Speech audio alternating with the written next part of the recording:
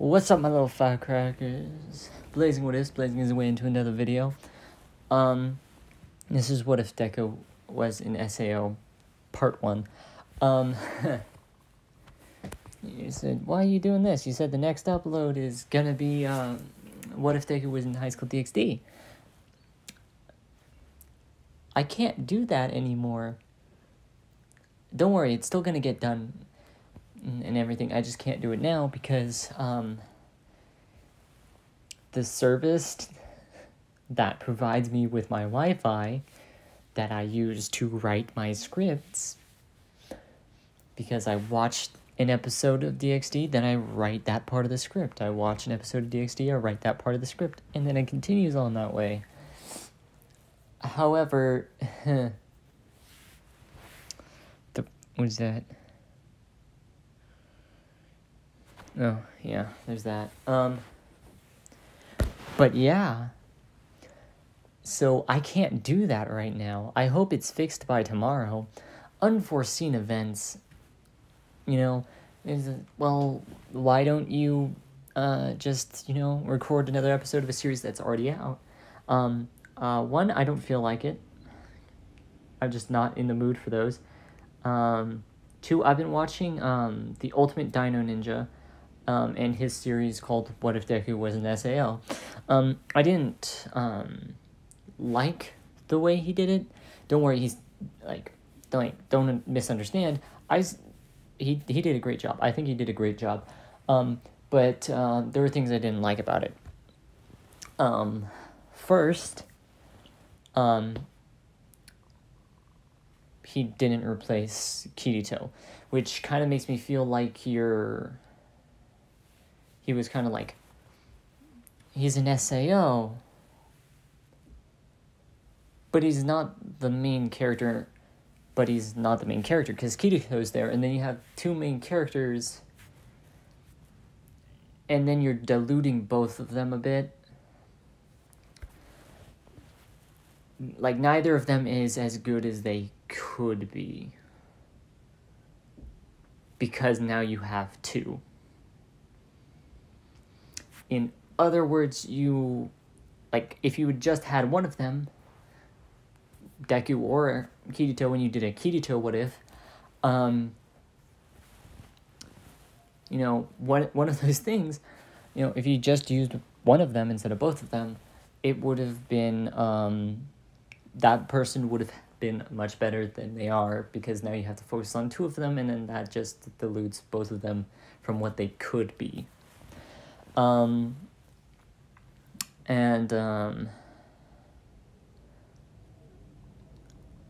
Yeah, I think that's it. That's the only reason I disagree with that. I much prefer to replace the main protagonist, because that means you're just focusing on one protagonist, and then you can just build them up. If you're doing an isekai, which technically Sword Art Online is, but I don't see it that way. But if you were doing, he was isekai'd into this world. So, if he was isekai'd into the world where Sword Art Online exists, and didn't go straight from, the world of My Hero into, the Sword Art Online game. But if he was isekai'd into another world, I think that would have made a lot more sense, because now he's there, but that world isn't like a world you get isekai'd into, because an isekai is much more of a fantasy world that you get reincarnated into, or just dropped in by whatever god decided to do it. Which is what makes me like his What If Deku Was in Danmachi a lot more. It's because he's isekai'd into that world, well, isekai more or less. But it was really good, and I really suggest you go and watch his videos, subscribe, all that. He does really good stuff. Especially those two. Those are my favorite on his channel.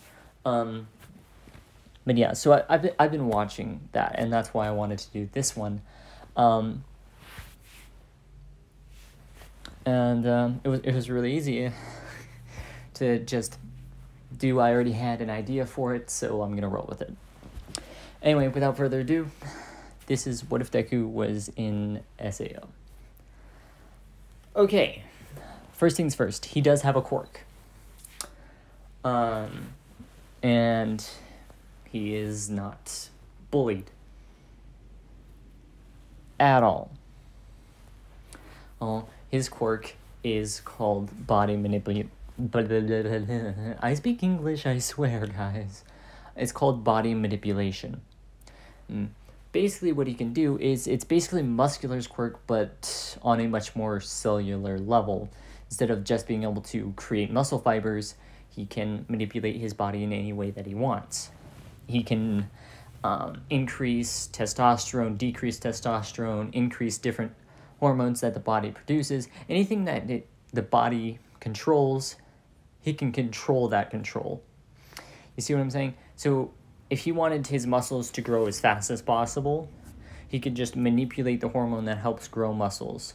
He can manipulate the hormones that help work with weight loss. He can control all of that. He can manipulate all of that, all bodily functions. If he wanted to increase the rate he can heal, he can do that. At not to super, like super healing, like hyper regeneration, he can't regrow a limb, but how quickly something scabs over or scars over, he can decrease the amount of time that takes. Because he's not going to be regrowing any limbs. Now, this story, because I prefer it this way, and Deku still has one for all in this, because we're focusing more on the what if he was in Sword Art Online, rather than the canon My Hero Academia stuff. So a lot of that stuff would go more or less to canon, except Izuku having body manipulation and being able to gain a lot more muscle more easily, actually having a strong quirk would have actually trained, since his quirk helped him to do so. That's what he would do. He's not pushed down by other people to make him not do so. Because in canon, although I think it's still stupid, he didn't train because he was always told that without a quirk he could never amount to anything. And he needed reassurance from someone that he could do something if he tried. But here, since he does, he would actually train. And he wouldn't have that mindset that he does in canon. He would have that I can do it kind of attitude from the beginning.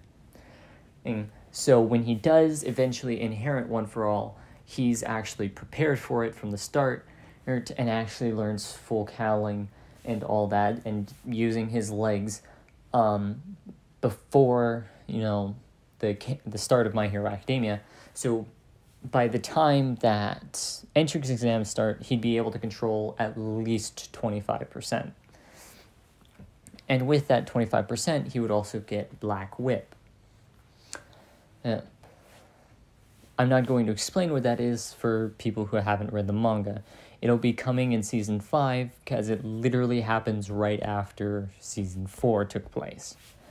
So Season 5, you'll understand what Black Whip is.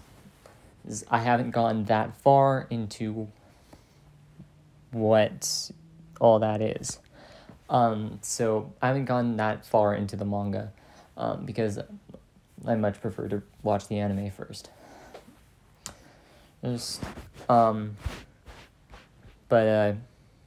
Yeah. So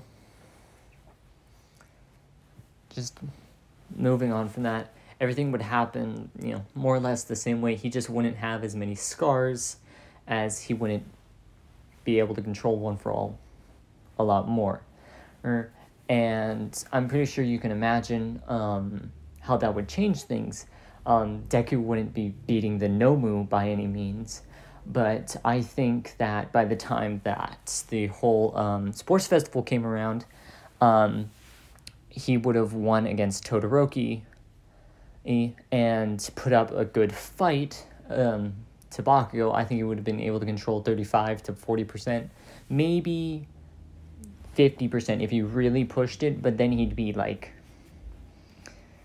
kind of be pushing his limits and might get a bit wounded there. So I think he wouldn't go past 40%. And during the whole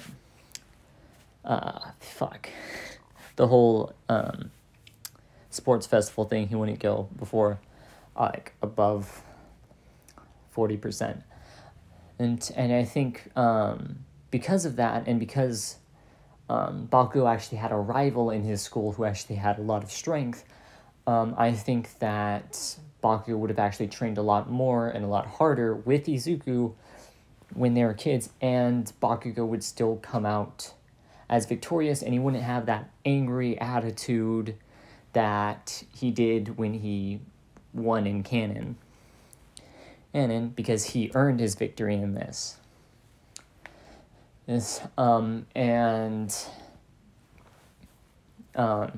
Izuku would have gotten second place. He also wouldn't have the nickname Deku. It's just Deku is the term we normally use for him.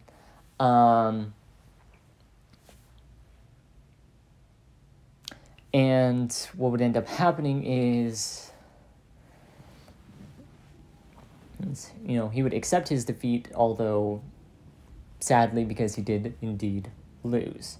But it was a good fight, and Bakugo barely won. He barely stayed conscious as Izuku fell unconscious, not only from Bakugo's attacks, but from overuse of his quirk.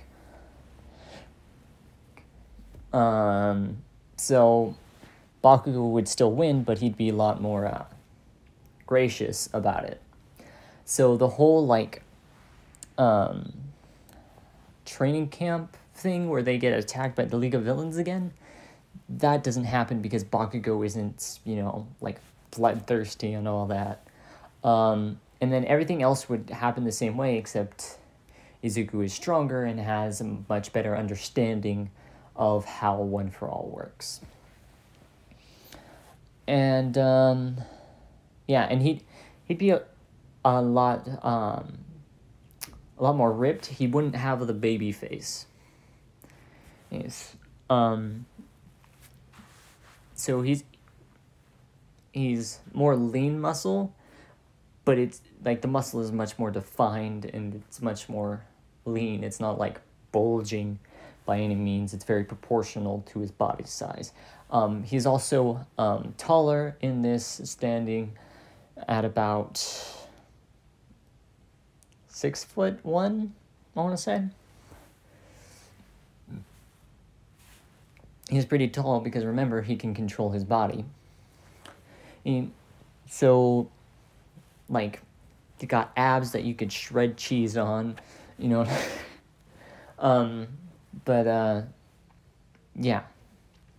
So,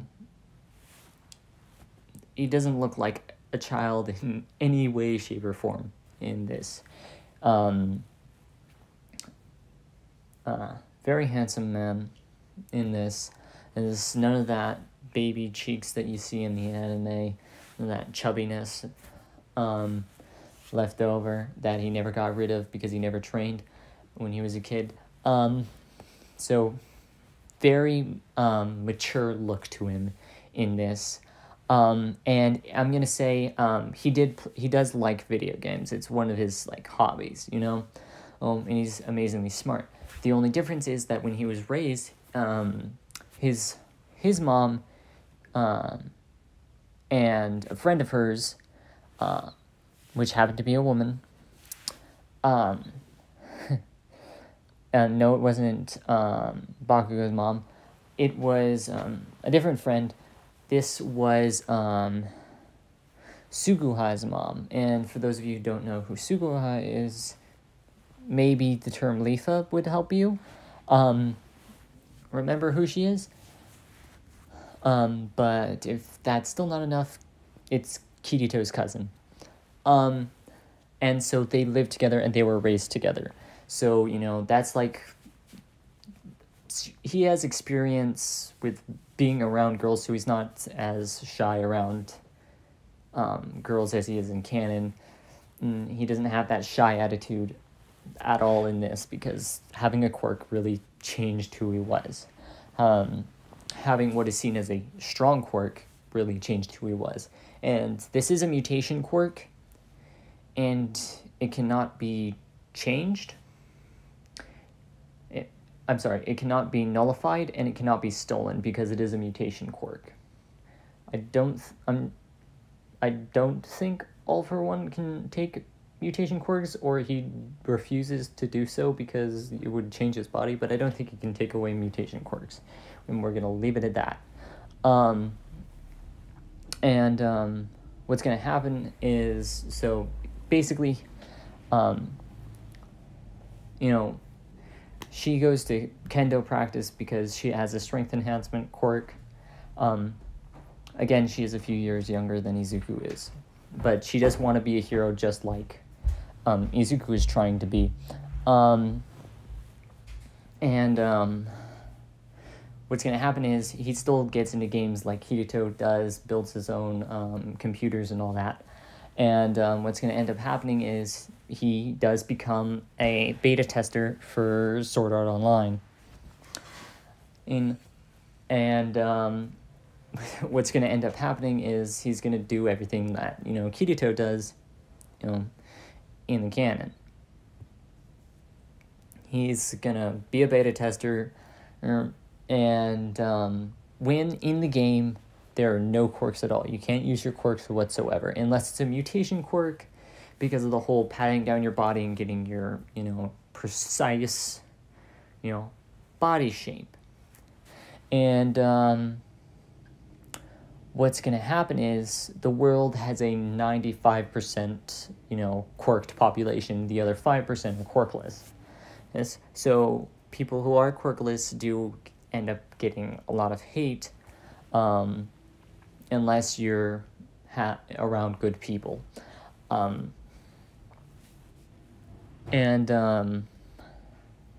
What's going to happen is, you know, what's going to end up happening is, how do I put this? You know, basically, he's in his first year at UA. You know, he's gone through all those different challenges, and now we're at where, you know, season 4 ends, because I'm not going to have any manga spoilers other than Black Whip. So we get to where season 4 has happened, everything's basically canon except Izuku was stronger, and people get less injured as well. Definitely he gets less injured. And he can control up to like 50% of One For All with some level of difficulty. Actually, 50% without difficulty, about 60 with difficulty. I'm talking like almost like fracturing bones, but not breaking them. Meaning like he just like cracks form along the bones, but they're not like completely broken. I don't know if I say that because I don't know if I'm using the word fractured properly. But basically what ends up happening is, you know, he goes into Sword Art Online. It's the first day. Ida says, don't be in there. Ida's like, don't be in there too long. You need to focus on your studies into becoming a hero. And Izuku's like, don't worry, I won't. So, you know, he goes into the game, right? And what ends up happening is same thing as in canon. He meets Klein. You know, he's talking to Klein, and you know, all that. He teaches Klein how to wield a sword, and you know, and all that, how to use sword skills, blah blah blah blah. You know, they get teleported into an, back to the town of beginnings. And that whole like speech happens, and he says, and what Kaiba says is, I created this world, a world in which I can control. Instead of the chaos between heroes and villains constantly fighting every day. Here, your death is your fault alone. If you die in here, it is not anyone's fault, but your own. Because if you believe that you can take on a challenge that you actually can't, and you die, it's your fault. And because of that, you will die in the real world as well. That whole like speech, but like tied more to the My Hero Academia universe. And that's basically the gist of it. So Izuku takes, Klein away, and he still says, Klein still gives him the offer, but Izuku says, no, that there are a lot more people out there that need help, and since he already knows how to do things, then he should teach other people how to do things as well, and he will just go out and do things to help however many people he can while he can. And because of that, what ends up happening is a lot less people die, because we're going to do the whole time skip thing. Izuku still has the same level and skill as Kirito did in canon, if not more so, having actually been trained in combat quite proficiently, not only by the kendo practice that he went to with Suguha, but also because he never stopped doing the kendo practice, and he also did other types of practice, practicing other martial arts, being able to use his legs, such and such and such. Even without his quirk, he's still very much able to kick the out of somebody. And so what ends up, going down here is only 500 people have died. Thanks to Izuku's diligence in finding out the new information that was not in the beta test, but is in the actual canon, a lot less people died because the information was closer to what it actually is. Izuku learned all of the new techniques that the monsters are using, and because of that, a lot less people died. A lot of people still died, mostly because they thought they could take on challenges that they actually couldn't, and some were just player kills. And some was suicide, but we don't need to talk about that. And so we get to right where the whole first floor boss raid picks up, and he does meet Asuna there. And that goes more or less the same, except Izuku's a lot kinder than Kirito is. Don't get me wrong, Kirito's a nice person, but Izuku's kinder, let's be honest. Izuku's a lot kinder. What ends up happening is we get to the real first major change inside of Aincrad.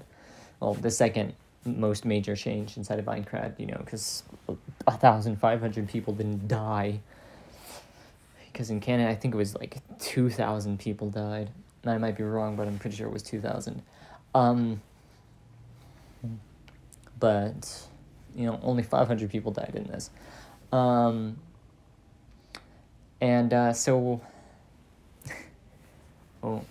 Izuku's talking to her, right? And he's actually, been trained in how to talk to people, as that is part of becoming a hero, how to talk to people and calm them down in any situation, and just using what they say to your advantage in helping them calm down, getting to know them through what from their responses to you, and using that new knowledge to help calm them down.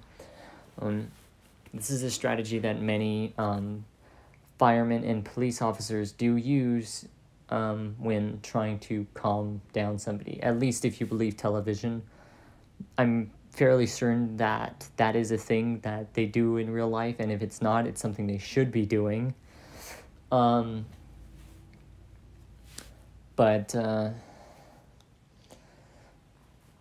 Yeah, so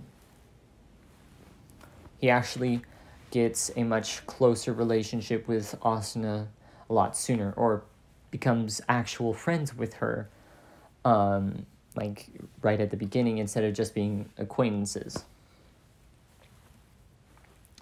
And they do end up friending each other. And as for the real major change in this, that wasn't the major change. The major change is that when they do go to the boss raid, Izuku notices almost immediately, as he's as being a trained hero, he is, looking around and surveying all the things that could be used against him. It's just instinct for him, really.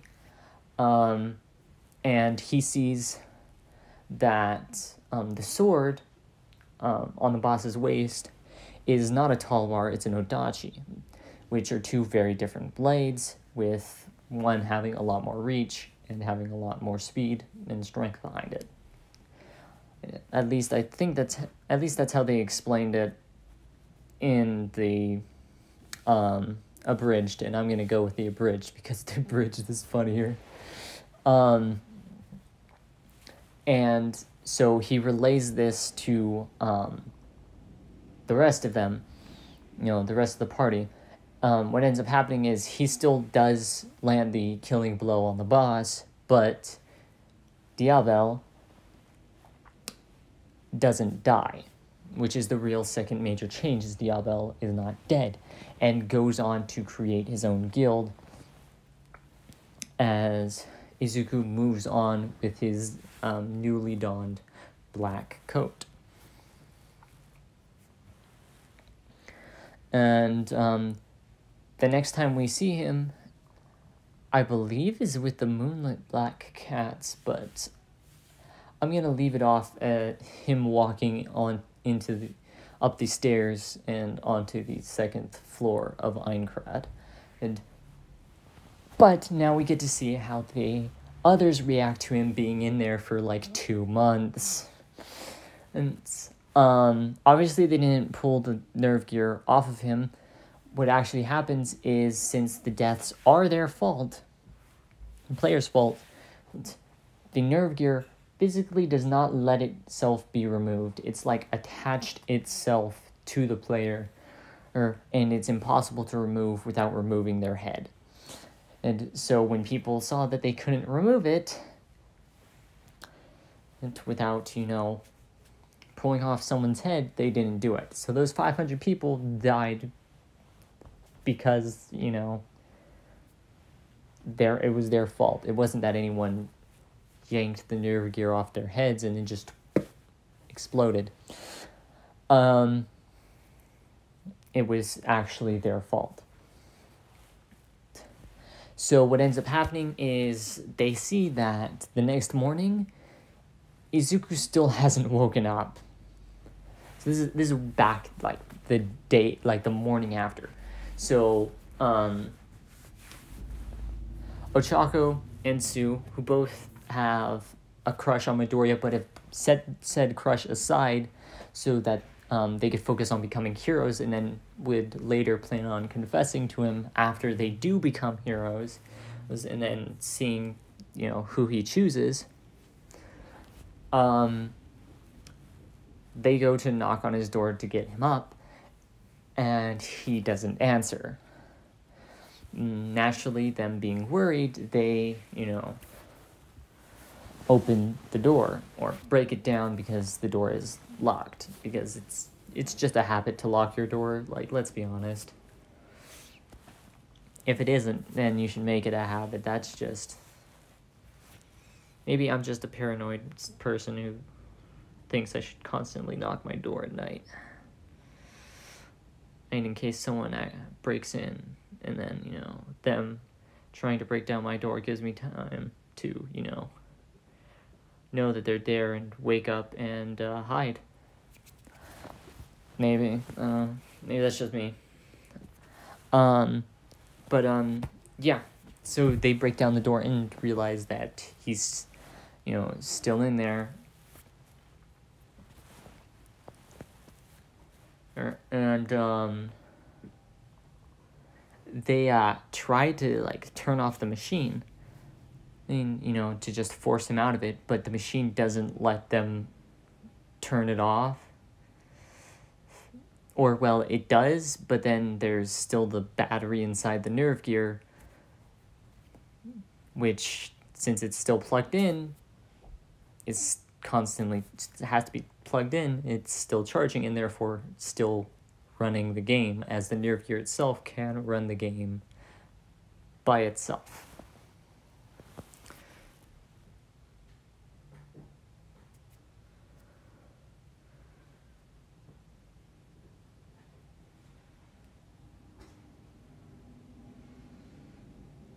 And I'm still recording, right? Okay, cool. And yeah, so, you know, he's not coming out of it, and they can see that it's still working, and then they see the little battery thing on it glowing, and they're like, it has an internal battery, and that's probably not going to come out anytime soon. And then they hear someone calling them from downstairs, and they go down to see Momo there, looking horrified at the news, as they all look on to the news and see the headline, Sword Art Online players trapped in-game. And the news is saying that all 10,000 Sword Art Online players have been trapped inside of their game, and that Akihiko Kayaba, the creator of the game, had this to say, and it basically just a recreation of what he told all the players. You know, if they die in game, they're dead for real. The nerve gear will explode their, will fry their brain cells and effectively kill them. Now everyone, yes, including Bakugo, as they were close friends, is worried about Izuku. And you get some of the pro heroes that work there, or especially All Might in his Small Might form, as he no longer has any of his power, as the fated battle with All for One does still happen, even though the whole kidnapping thing didn't happen. They did still find the League of Villains base and defeat All for One. Because of the no moves and that whole situation, they needed to find their base and still ended up doing it. And All for One is still captured, and All Might is now permanently Small Might. So specifically Aizawa and All Might, who are the most worried, even though Aizawa doesn't really show it, come and see, and when they see the look on everyone's face, they realize that it was too late. He was already in the game. So what ended up happening is they immediately took him and put him on life support, because, again, he can't wake up to eat anything at all, therefore, eat or drink anything at all. Therefore, they had to put him on life support. And basically, that's all it is. All the girls that have crushes on him, which in this is going to be Mina isn't going to be in it because I'm going to go with the Kiri-Mina ship for the background ship in this one. Which means that Momo, Kyoka, because always Kyoka, Suyu, Ochako, Itsuka, Kendo, or Kendo if you would prefer, and Setsuna Tokage. Anyone who doesn't know Setsuna, I'm horrified. Honestly, green-haired girl in class... dark green-haired girl in class 1B. Ibara does have green hair, but that's a much lighter shade of green. She has the quirk that allows her to split parts of her body and then reattach, and then basically Buggy's devil fruit is it's basically what that is. So unless you've watched One Piece, you won't understand that. But it's basically Buggy's devil fruit, just without the whole you need to be, it's not without the whole if you're cut then it happens. I'm pretty sure Setsuna can still be cut without her splitting apart. With Buggy it just happens automatically. Anyway, I'm getting too much into this. But so those girls will come like on a daily basis at different times of the day, and just talk to him even though he can't talk back. Even though Izuku does have full body control, he's still gonna lose all that muscle that he gained, and he's gonna have to build that all back again.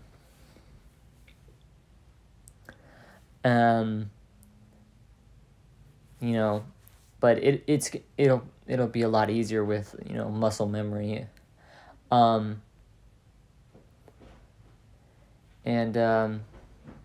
that's basically how that is. So those 6 girls that I mentioned, if I need to mention it again, Momo, Kyoka, Suyu, Ochako, Itsuka, and Setsuna. Those 6 girls visit him every day. They're the only ones outside of the girls in the Sword Art Online anime that are actually going to be in the harem. Now, here's how it's going to be. It's going to be the end of the episode is what this is going to be. So, I'm sorry, but I don't got any more fuel for you. I got to go back into the anime, even though I have no internet to do so, and rewatch some of it, use some cellular data to watch it. Hopefully I could still upload another one, and hopefully my internet gets fixed sometime soon. But with that is the end of this part. And I hope to see you all again next time. This has been Blazing What Ifs. Blazing away.